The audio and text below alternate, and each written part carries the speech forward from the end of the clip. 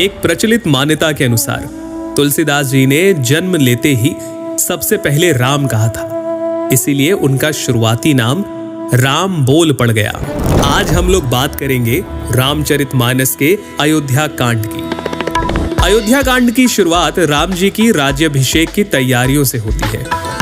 एक तरफ जहां अयोध्या में हर्ष और उल्लास का दृश्य था, तो वहीं देवताओं में व्याकुलता। उन्हें लगा कि अगर राम राजा बन गए तो फिर राक्षसों का अंत कैसे होगा। इस दुविधा को लेकर वो माता सरस्वती के पास पहुंचे और फिर माता सरस्वती ने मंथरा की बुद्धि फिराई। मंथरा ने कैकई से कहा, यदि कल राम का राज तिलक हो गया तब समझना कि विधाता ने तुम्हारे लिए विपत्ति का बीज बो दिया।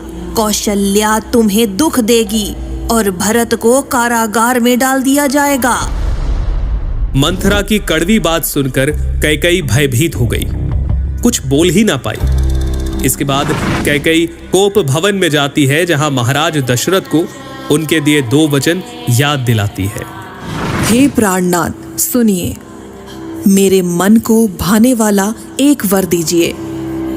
भरत को राज तिलक और दूसरा वर भी मैं हाथ जोड़कर मांगती हूँ।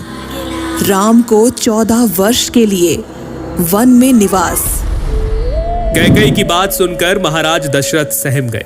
उनका शरीर ऐसा हो गया जैसे ताड़ के पेड़ पर बिजली गिर गई हो। इस सूचना के बाद अयोध्या वासियों का हर्ष विषाद में बदल गया।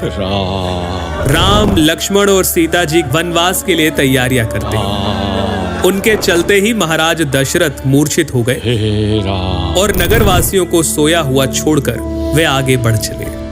इसके बाद श्री राम श्रृंगवेरपुर पहुंचते हैं, जहां निषाद राज उनकी सेवा करते हैं और फिर केवट की नाव में बैठकर राम, लक्ष्मण और सीता माता गंगा पार करते हैं। इधर अयोध्या में श्री राम वियोग में महाराज दशरथ स्वर्ग सिधार गए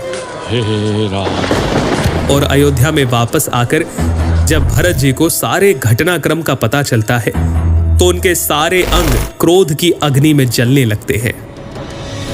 अपनी तूने सारे कुल का नाश कर दिया। यदि तेरी इतनी ही बुरी रुचि थी तो मुझे जन्म लेते ही मार क्यों नहीं दिया। अरे कुमति, तेरे हृदय में ये कुविचार आया तभी तेरे हृदय के टुकड़े टुकड़े क्यों नहीं हो गए। तेरी जीवा गल क्यों नहीं गई। श्री राम को मनाने के लिए भरत चित्रकूट पहुंचे, लेकिन प्रभु के मना करने पर उनकी चरण पादुका लेकर वापस अयोध्या की ओर उन्होंने प्रस्थान किया। सुनि सिख पाई असीस बड़ी,